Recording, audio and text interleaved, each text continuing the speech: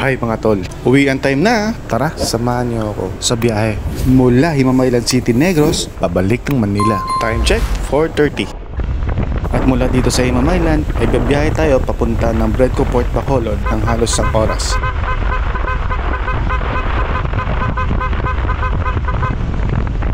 (5:30) na nang nakarating tayo dito sa Bredco at papasok na naman tayo sa pier. Unang step ay kukuha tayo ng ticket dito at walang babayaran. Ay, mga aga, boss.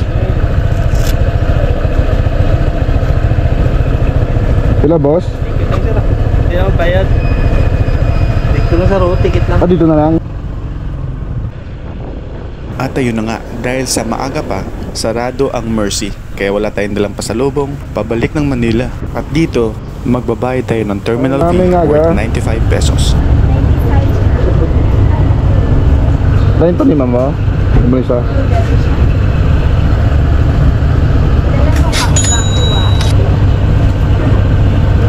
Thank you.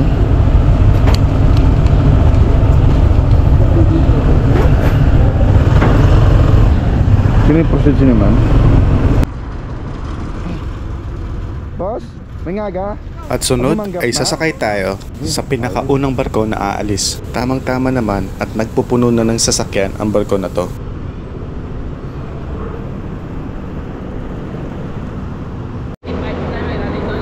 At dito nga sa barko ay may mga lumalapit na tao para mag-inspection ng ticket natin. At dito na rin natin babayaran ang 350 pesos na pamasahe. Kailan ni boss?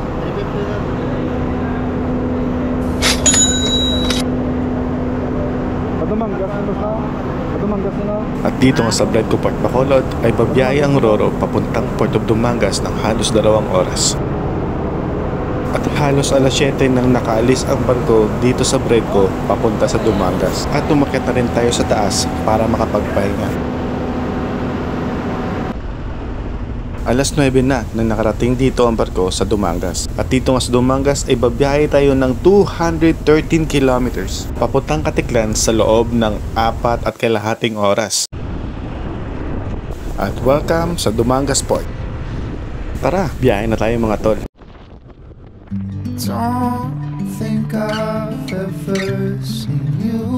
At dito tayo dumaan sa magandang coastal road ng Dumangas.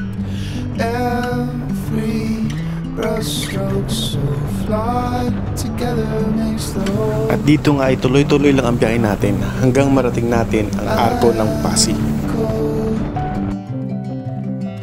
Nadaanan din natin ang Dumaraw.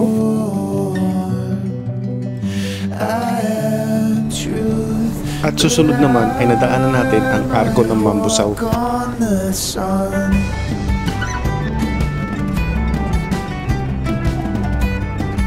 Plaza ng Altabas dahil alas 11 na at nakaramdam ako ng gutom. At dito nga ay nagpahinga tayo saglit at kumain ng biyaya, pambawi ng lakas para pa sa 2 oras na biyahe papuntang Katiklan. At tara, babakbak na naman tayo.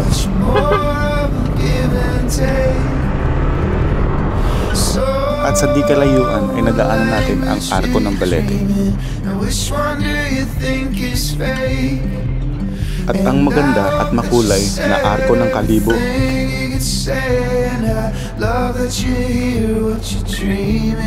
At nadaanan din natin ang maganda at nakakamanghang the longest bridge in Panay Island, ang Kalibo Bridge.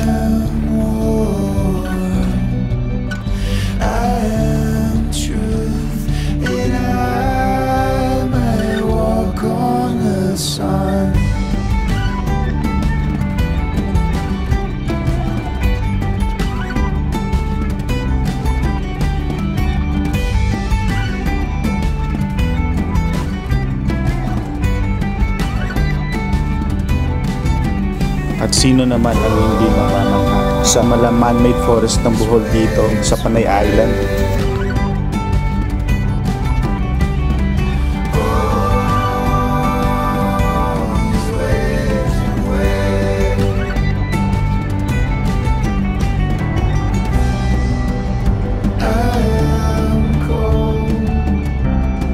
Dito ay dire-diretso lang tayo hanggang marating natin ang arko at bayan ng Ibahal.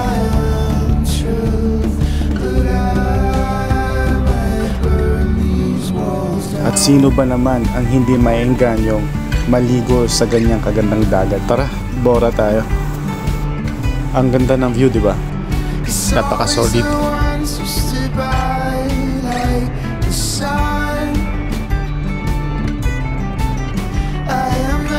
At sa kaliwa naman natin ay makikita natin ang Katiklan Airport. At konting biyahe na lang mga tol, ay mararatingan natin ang Katiklan Port. Don't think I've ever seen you this up close before.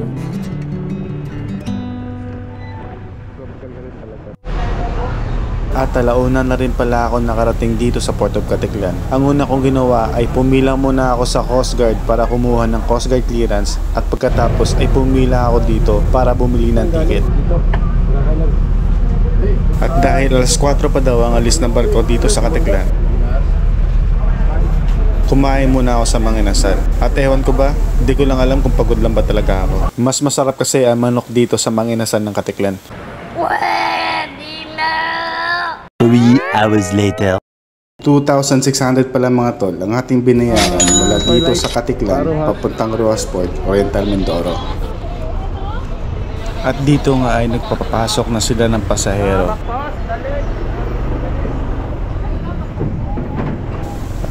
At welcome to Port of Katiklan.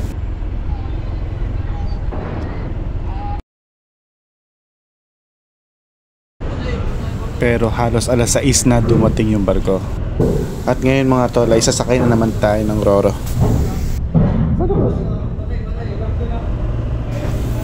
Aayusin lang natin ang pagkaparada ng motor at pagkatapos ay aakyat na tayo sa taas para makapagpahinga. At mula dito sa Katiklan ay babiyahe ang Roro ng halos 5 oras papuntang Port of Rojas.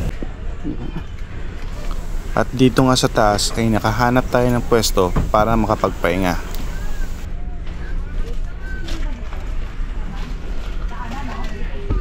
Early the next morning. Good morning mga tol. At ayun nga, alas 12 na nakadaong ang barko dito sa Port of Rojas. At mula dito sa Rojas, Oriental Mindoro, ay tatakbo na naman tayo papuntang Calapan sa loob ng 2.5 oras at may layong 127 kilometers. At welcome to Rojas Port. At tara, babakbak na naman tayo.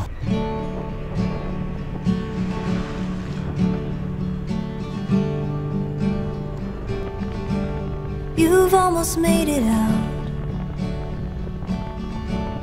You did the really hard thing.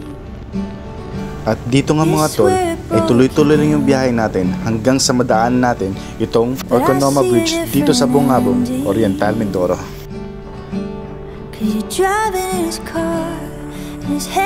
At dire-diretso lang hanggang sa madaan natin ang bayan ng Bansud.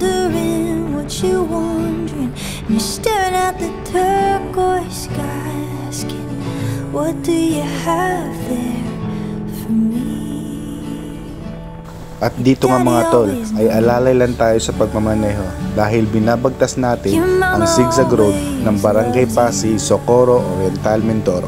And so the story goes, just like they always told you. But you're driving in your car, cause you wanna be alone.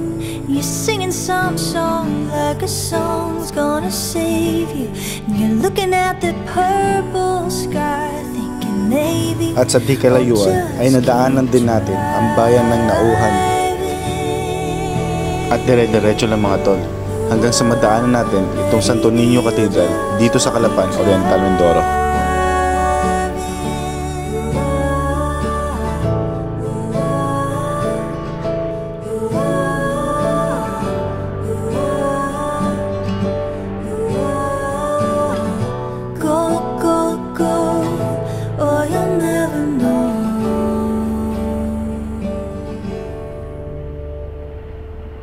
At sa wakas mga tol, pagkatapos ng 2.5 oras na pagmamaneho, ay narating na rin natin ang Port of Calapan. Good morning. Po? May booking na po. Wala pa po. Ako muna po ng booking slip sa booking station. Dito saan po banda, sir? Nasa may banda kaliwa, alas 3. Putarsis, Pascat. Mga kabol.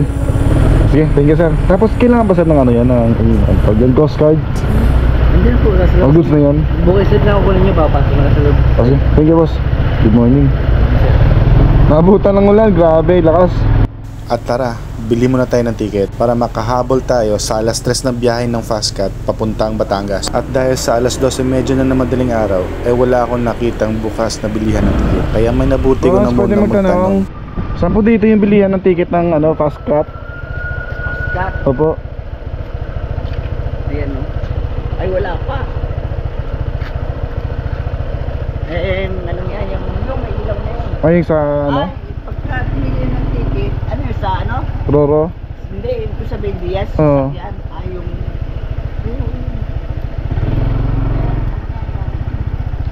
madiwan na yun, yung solya ng truck na yun. Ay, yung hulihan na yan. Oo, yung huli ng truck. Thank you boss, good morning.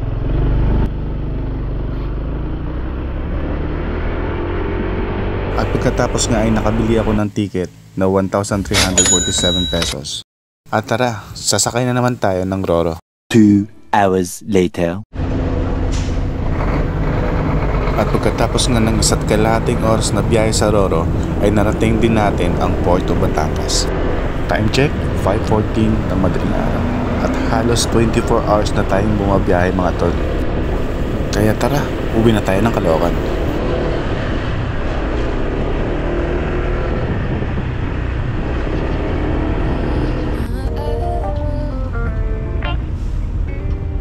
Life on Mars was everything I dreamed. You and I and everything in between. Something about you wasn't what it seemed. At paglabas pa lang natin ng pier mga tol, ay hindi natin naiwasan ang pagsalubong ng mga nagalakihang mga hams na to. Looking for her in the stars, in the constellations. At dito nga ay inabutan na naman ulit tayo ng paglabas ni Haring Araw. Stop looking for her in the At konting-konti na lang mga tol, makakauwi na rin tayo. Cause she is now your complication. Cause she's not there. Send me to the moon, I'll come back for you. I love you, I do. I cannot deny the truth. My darkest days are blue. But if you want me to, I'll go back to the moon. At sa wakas mga tol, sa loob ng halos 27 hours na biyahe natin, nakarating din ako ng Caloocan ng ligtas. I felt bold, but now I'm just afraid. Nothing